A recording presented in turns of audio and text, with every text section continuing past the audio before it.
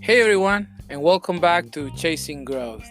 I'm Pablo, and we continue talking about leadership and different ideas about leadership, the same things that I have been sharing on YouTube.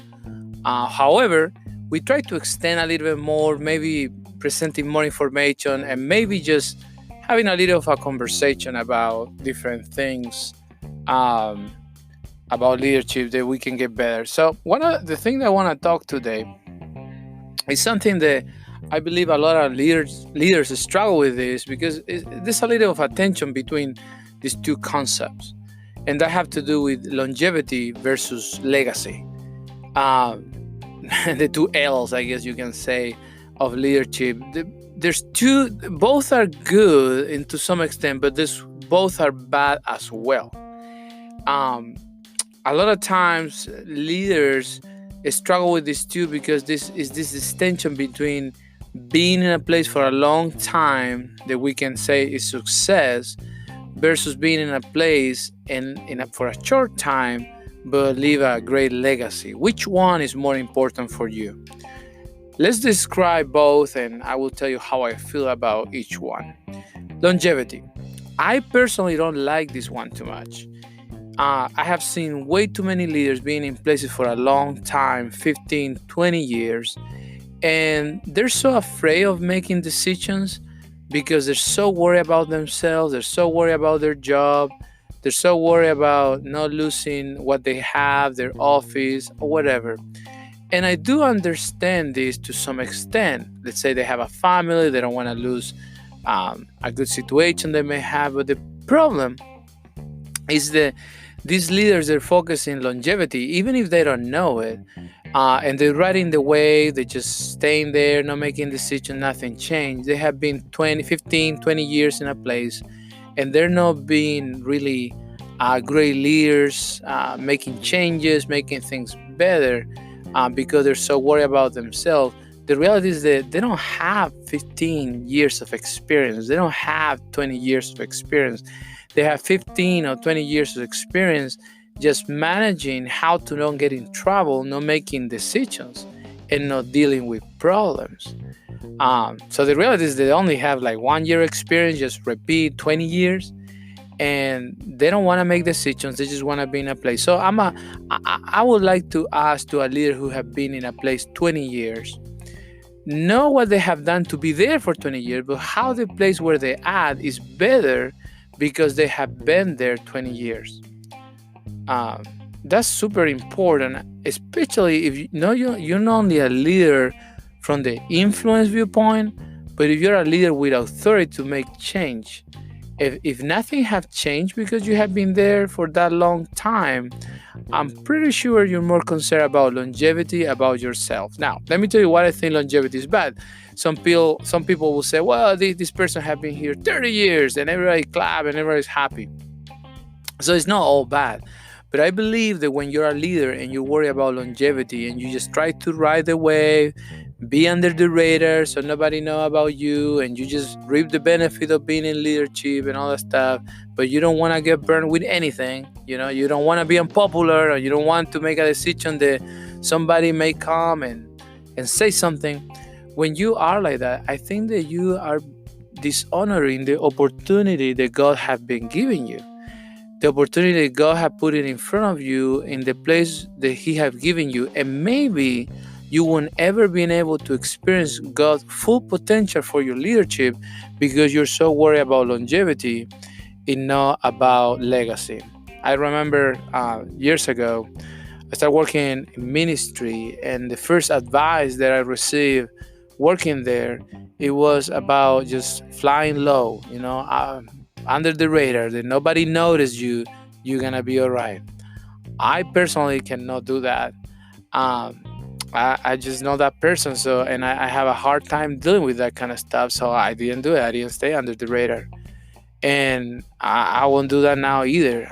I believe the leader have to make decisions, and sometimes those decisions, they're not popular, and sometimes those decisions are difficult, and sometimes those decisions have consequences. As long as I do what I believe is right, what I believe is correct before the eyes of God too, at least for me being a Christian and a Christian leader. So longevity for me doesn't really have much of an impact. But when you talk about legacy, and the reason because I like this, the legacy conversation more than the longevity, it have to do a little bit with the example of Jesus and what he did in those short 3 years. I mean, he changed history in 3 years. He didn't spend 20, he didn't celebrate 10, 20 years of service in a place and receive a gold watch at the end. That was not his case. He came and he said things and he stirred the pot so much that people hate him and want to kill him. But he took the opportunity, he took God's challenge, God's will, and he did it to the fullest. And it's such an example for us as Christian leaders to don't worry about longevity, but worry more about legacy. Again, longevity have to do with yourself and keeping yourself safe and try to live longer even sometime. But I believe that sometime even in our leadership, God will challenge our humanity, and it will come to check our humanity to realize the longevity is no, it shouldn't be the north for a good leader, but should be legacy. So legacy is the person who's making decisions, is try to live their life to the fullest every day, knowing that God every day is opportunity, every day is a gift from God. So leaders like that will make decisions. They won't be afraid. They will move forward. They will make decisions that maybe they're not popular, but they're so convinced of their leadership and they have to do something about it. They will make the decision, and there will be influencers, and there will be helping someone. They won't hold information. It will be easy for the person who's focusing in legacy have the conversation about who will replace them. They're always looking for people who can lead like them and try to be more. They try to invest in people so more good people can be out there, so the world can be better. No, it's completely different for the people who worry about longevity. They're so scared of that conversation. They don't want to have that conversation about who will replace them. That's scary for them, so they don't talk about it. They don't want to have anybody who come and challenge their leadership because they worry about longevity. But the guy who care about legacy, they want to be challenged. They want people to become better than themselves. They resolve problems. They don't blame anybody. They take responsibility. They protect their followers with ownership. They take ownership of things that maybe in a normal circumstance they shouldn't be responsible for, but they take ownership of those things because they believe in this legacy. They are learning. They are applying. They're becoming better. And again, they're great influencers like Jesus did. Jesus was such a great influencer. Imagine in 3 years, everything just changed. Everything for the whole history of the world just changed because this guy, this Jewish person, was willing to believe what he was called to do, and he did it. And today we see this, and we see the world so different. Our calendar is different because Jesus. So how are you living your life? Are you more worried about longevity or legacy? A lot of times you will be tempted when you're facing a problem, a situation, a challenge at work, at your church, in your ministry. Your humanity will be challenged. You will be concerned, and your natural north will be longevity. Again, you watch TV 5 minutes, and every pill, every exercise, every diet has to do with live longer. And we take that to our leadership, the way that we live our lives. But that's not the way it should be. Legacy should be our aim. Our legacy over our children, the legacy over our wife, over our neighborhood, the people we loved, our churches, our workplaces. And it's not just about trying to survive. It's about acting and influencing people and investing in people and changing the world around you in whatever time you have given. See, we don't have the next day, uh, that we know we're gonna live it. Every day is a God's gift. Especially if you're a Christian leader, you cannot be wasting time about worrying about longevity. You have to be focused on what are you leaving behind, how are you impacting people, how are you impacting your children, your wife first, your home first, and then how are you impacting the rest of the people around you.